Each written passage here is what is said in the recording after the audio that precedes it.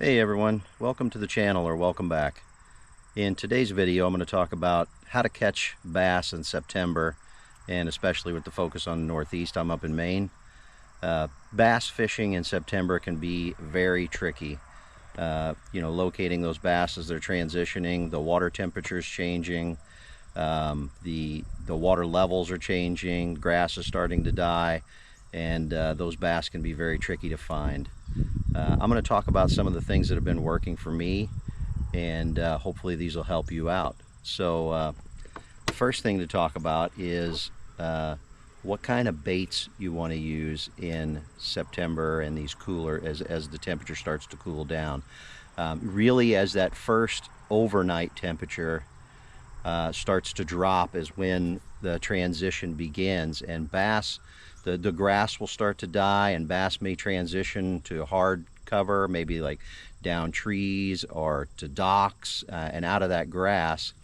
But you may find that there's still some in there, like I did, or like I've been finding, is that they're still in that grass, even though it's starting. You can see it starting to brown a little bit, and it's starting to die off. And when I say grass, I'm talking in general.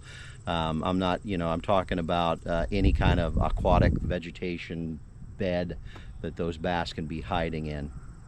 And so what I found was that fishing over that, when the water's calm, you can fish over that with a topwater bait. When the water is a little bit got a little bit of wind, maybe got a little ripple on that water, a wake bait works very well. And then maybe if you got a little more wind and a little chop, then a swim bait, either down in that grass, if it's not too tall, it's not all the way to the surface, fishing a swim bait down in there is good. Or if it's a thick mat and it's all the way to the top of the water, then fishing around the edges of that, again with a swim bait, I've had a lot of success with that. And I'll show you some of the catches in the video later on in the video. But let's look at the baits that I'm talking about first. So this is a 6 cents speed wake, and this is it's a top water. It's kind of like a crankbait that goes right under the surface of the water, and you can hear it's got a rattle in there, so it makes some noise. This is a Chopo 120, also got a rattle inside there. That's a topwater bait. That back fin spins on that one. This is another wake bait. This is a Yozuri 3D prop bait. Another Chopo, just a different color, also a 120. And then this is a swim bait. It's a 3 3/4 inch swim bait, rage tail, and I've got that rigged on a shaky head. And those are the baits that really work the best for me, and you'll see me use them here. This is the Yozuri wake bait, and the important thing about this is it's important to fish docks thoroughly slow. So I fished all sides of this. It was probably my 3rd or 4th cast on this dock. I pulled it down that long side of the dock, and he nailed it. So just shows how important it is to make sure that you get both sides of it, get the front, get it, really take your time on it, because sometimes they don't hit it on that first pitch over there. Here again is that Yozuri wake bait. I saw a patch of tall grass, and I ran it right down the side of it, and big largemouth hit it. I gotta get better at pointing my boat over where I'm casting, but I'm not thinking about the camera all the time. I'm thinking about catching fish. But he hit that bait, and then he, of course, he went down in the weeds a little bit, so he was a little hard to get out of there. But I pulled him out of there with that. I got 40-pound braid on this one, so I was able to get him out of the muck.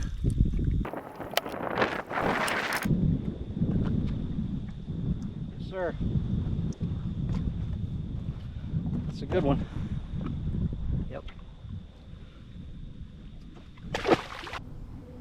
The video looks a little funky here, but that's because my camera overheated a few times. This was one of those times. It's just dang hot outside. So it does a little funky stuff, but it clears up in just a few seconds here. Again, I was fishing just over the top of the grass here with a swim bait, and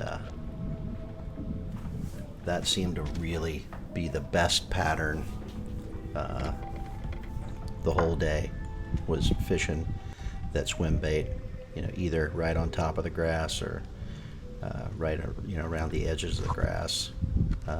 There we go. It was that and the docks. Those were the two areas where I found them. Yep. On a swim bait. That fish had one eye. Kind of funny.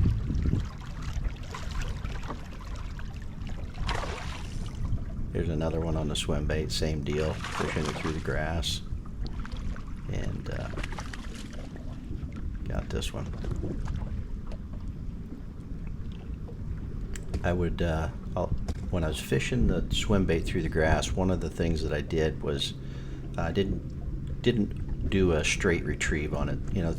I'd switch it up. So sometimes you're just pulling it straight in, but most of the time I'm giving it giving my wrist a twitch and giving it a little more action to try to draw that strike from the bass, hiding down in the grass there. Boom. Another one on the swim bait. These fish were all pretty much the same size most of the day. There was one of them I didn't get on video because my camera overheated. I caught a nice 3-pound smallmouth right up in here on a swim bait, which was a heck of a fight on the. I'm using a medium light Jordan Lee rod with some, I think it's 8, 10, maybe 10-pound fluorocarbon on there, and so he fought me really hard. Here I'm pulling that Chopo. It's pretty smooth out, so I started pulling the Chopo on topwater there, and never pass these swim docks up. Man, I'm telling you what, the bass like to hide by those swim docks. Last year I caught a 6-pounder off of one on topwater, so make sure you don't pass those up. Always throw something over there, because there's a lot of them hiding there. I have good luck on those.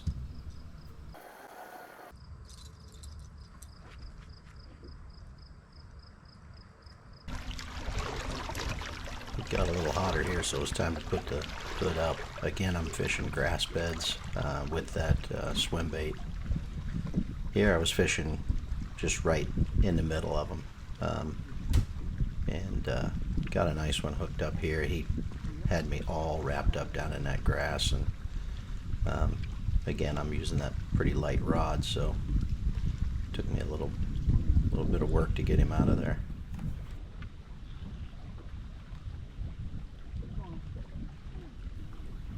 I've got to find a better place to put my net. I'm telling you, I've knocked it on the rods a few times lately. I'm going to end up knocking a rod in or losing a fish because of it.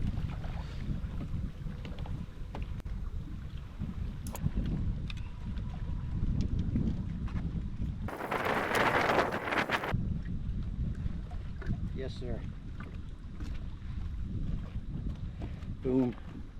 Yeah, nice one. This is a pretty cool one. I left this in here. Watch to my left. See the fish jump. I left this in here just to show like how important it is. If you see those fish out there jumping like that, cast on that. I didn't ultimately end up catching this fish, but I hooked him and I brought him in. He just had a nice jump right as he got to the boat here and spit that hook out. But you know, not 9 times out of 10, probably, 50% of the time when I see something like that and I cast on it, I get a bite.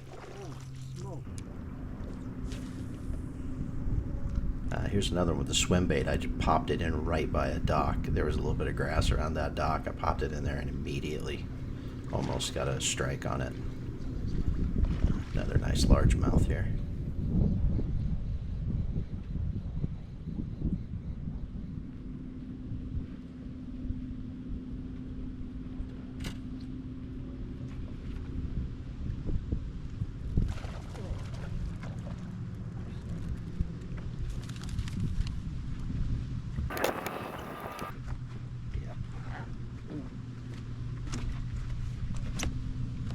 There we go.